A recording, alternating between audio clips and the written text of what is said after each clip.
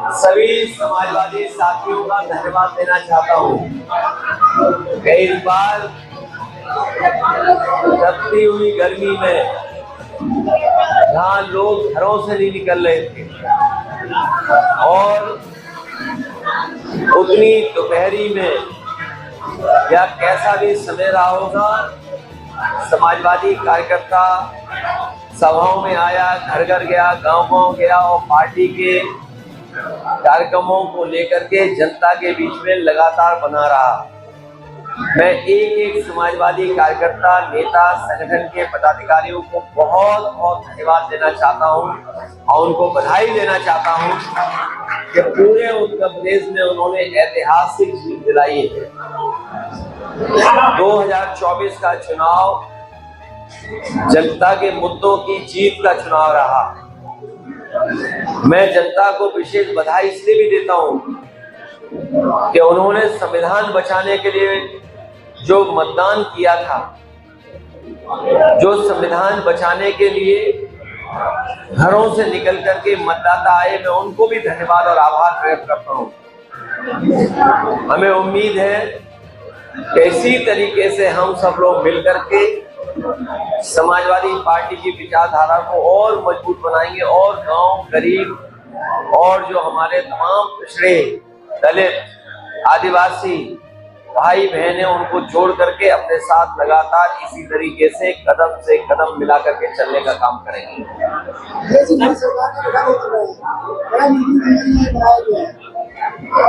केवल 2024 तारीख बदली है, साल बदला है, बाकी तो सब कुछ पुराना दिखाई दे रहा है।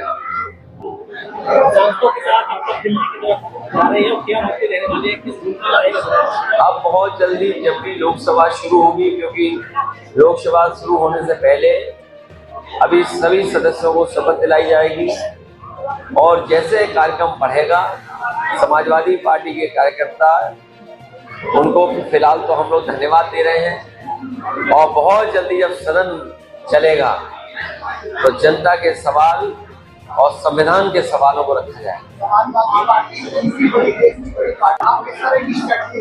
मैं अपने कार्यकर्ता नेताओं को बधाई देता हूं कि बहुत दिनों बाद ये ऐतिहासिक जीत और ऐसी जीत कि जिसने देश में समाजवादी पार्टी को तीसरे नंबर पर पहुंचा दिया है।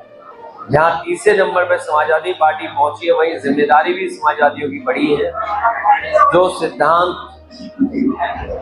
डॉक्टर राम मनोहर लोहिया जी ने दिया, जिन सिद्धांतों को लेकर के बाबा साहब भीमराव अम्बेडकर जी ने लगातार जीवन भर काम किया, नेताजी ने जो संघर्ष किया, उस रास्ते पे हम सब लोग चलेंगे और कोशिश रहेगी कि समाजवादी पार्टी उत्तर प्रदेश में इसी तरीके से और मजबूत बनी रहे।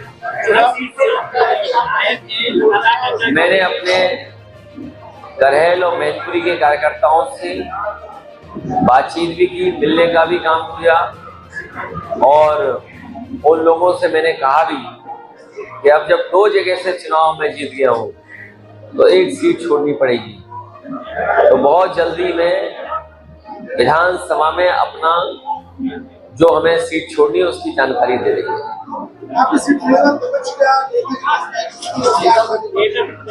वो हम लोग तय कर लेंगे। फैसला यही हो कि जिससे पार्टी को और मजबूती मिले, पार्टी का ओवर वोट बढ़े। चुनाव के बाद योगी सरकार ने रोजगार के लिए वैकेंसी निकाली, किस तरह की देखते हैं? अच्छा हुआ जनता के लिए कुछ काम करना शुरू किया है।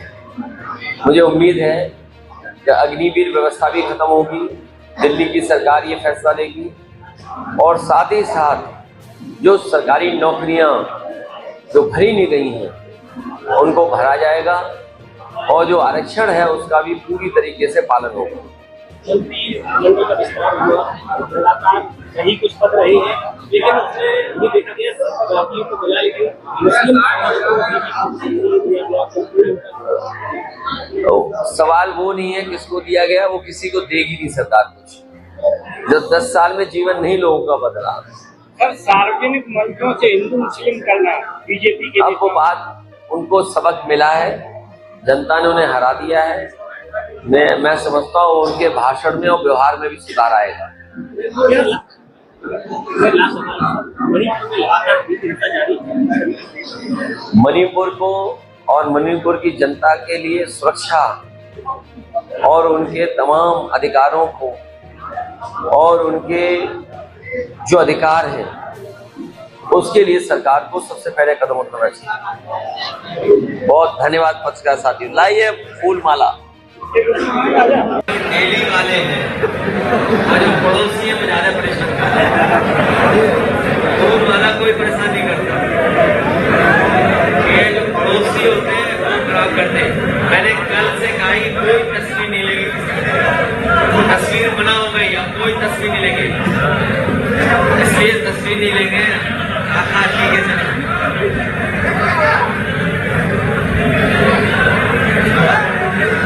ये जो हमारे गरीब वाले लोग हैं वो ज्यादा परेशान कर रहे हैं, इसलिए मैं कह रहा हूँ व्यवस्था बना लो। मैं सबसे पहले आप लोगों ने जिनको जिताया, इटावा के सांसद जी को बहुत बहुत बधाई देना चाहता हूँ। इन्हें तो मैं बधाई दे ही रहा हूँ, लेकिन आप लोगों का बहुत धन्यवाद और आभार प्रकट करना चाहता हूँ। जहाँ आपने लगातार उस गर्मी में मेहनत की, जिस गर्मी में कोई बाहर नहीं निकलता था, उस समय आप लोग लगातार पार्टी के लिए प्रचार किया और असली लड़ाई आपने लड़ी जिस दिन वोट डालने का दिन था। इसे इटावा की जीत के लिए आपको धन्यवाद और बधाई, मैनपुरी के लिए आपको जीत और बधाई।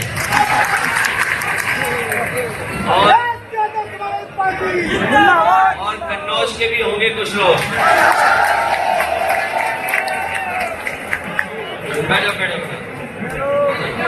और कन्नौज वालों को भी बहुत बधाई और धन्यवाद।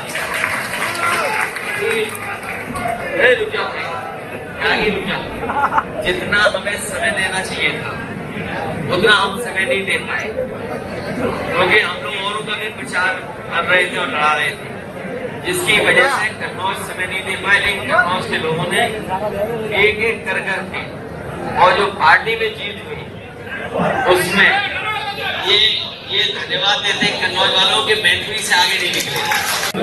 इकबाल कादी साहब आया ऊपर, खान साहब आने दो, वर्मा जी आने दो भाई।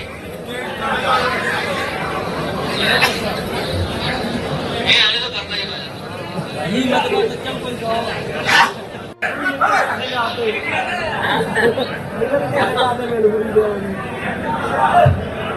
मैनपुरी आगे रहा और कन्नौज पीछे रहा। यही हम कह रहे थे टीवी में और जुड़े हुए। बहुत बधाई। और सबसे बड़ी जीत, हालांकि जीत तो अलग अलग तरह से हम लोग कह सकते हैं, लेकिन बहुत बड़ी जीत हमारे सुल्तानपुर के रामवाल के साथ जीती है। इन्होंने लगातार काम किया और घूमते और इन्होंने बीजेपी की बहुत बड़ी नेता और बहुत सीनियर नेता मंत्री रही, उन्हें हराया।